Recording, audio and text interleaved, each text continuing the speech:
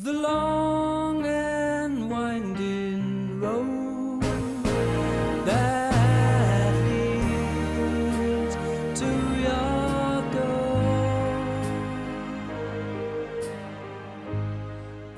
It's worth noting that the sexual revolution wasn't yet underway at this new church. Only men ushered, only women made the coffee, serving it from a silver pot while seated at a white linen-covered table.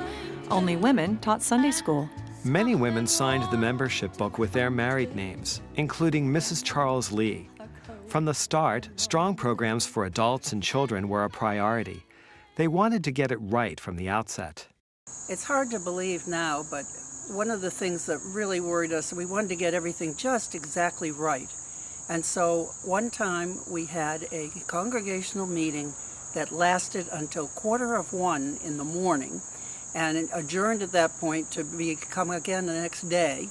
And the whole topic was what was going to be our mission statement, and whether was it better to say the unity of spirit in a diversity of conviction, should the unity come first, or should it say diversity come first? And what we decided, it was the unity of spirit was the most important thing. But it still seems funny that we would take that long to come to that decision and that the arguments were so passionate. In the women's club, children in the basement Sunday school singing Three Blind Mice interrupted the meditation period, so the Sunday school was parceled out to 3 different sites. Parents frantically deposited their variously aged children at the designated spots, and then just as frantically tried to pick them up on time after the adult service. For families with several kids, this was, well, just frantic. Then came mounting frustration with not having the Sunday school and the church in the same building. The congregation rented a house at 117 Allegheny Avenue in Towson, uniting the families once again. Before the building qualified for a permit to meet there, a fire escape was required. Some of the men got together and hastily erected one, out of wood. A stairway. They said we could not have Sunday school upstairs unless there was a fire escape. So we built a wooden stairway from the second floor. I wonder how safe that was. It was. And there were those kinds of projects that were formed a great cohesion. And I think it's those joint projects which are very, very important. Mm-hmm. In 1961, the 1710 Delaney Valley Road property was purchased with funds lent from the American Unitarian Association and bonds purchased by these young members. They were really putting everything on the line here, a case of putting their money where their mouths were. The land cost $32,000, a bargain because it was a remnant from a developer who had dumped all the rocks from his nearby construction on the plot. What firmer foundation than having our church built on a pile of rocks? This do-it-yourself group started raising money. Where the Sheraton in Towson now stands was the site of several famous rummage sales.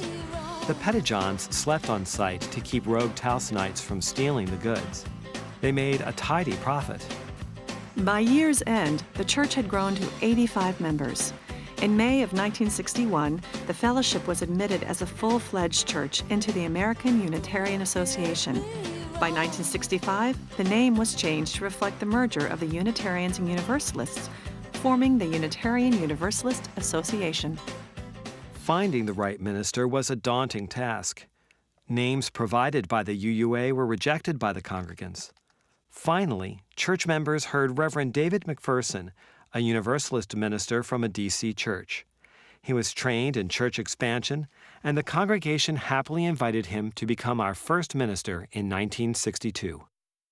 The same year, the members learned that their rented house was to be torn down. Once more, this band of itinerant Unitarians had to move, this time to 406 West Pennsylvania Avenue. This time, though, the fire escape was made of steel. While other folks were grooving at Woodstock, this congregation was moving yet one more time before the church was constructed. Services were conducted in the multi-purpose room at Timonium Elementary School, while Sunday school classes were held in the hall, the library, and classrooms, according to interests, not grades. Once they owned the land, the congregation met yearly in an outdoor service on the barren plot to keep the commitment to their goal of a new church. They planted trees, had picnics, and dreamed of the church that was surely coming.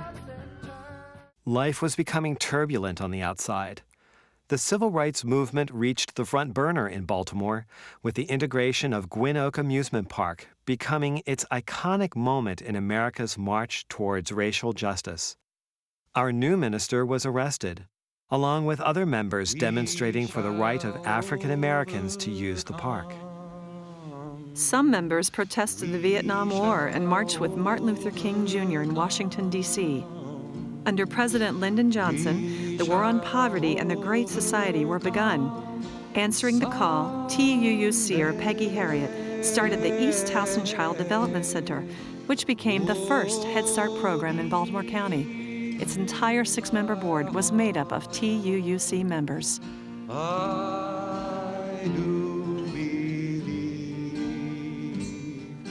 we shall overcome some.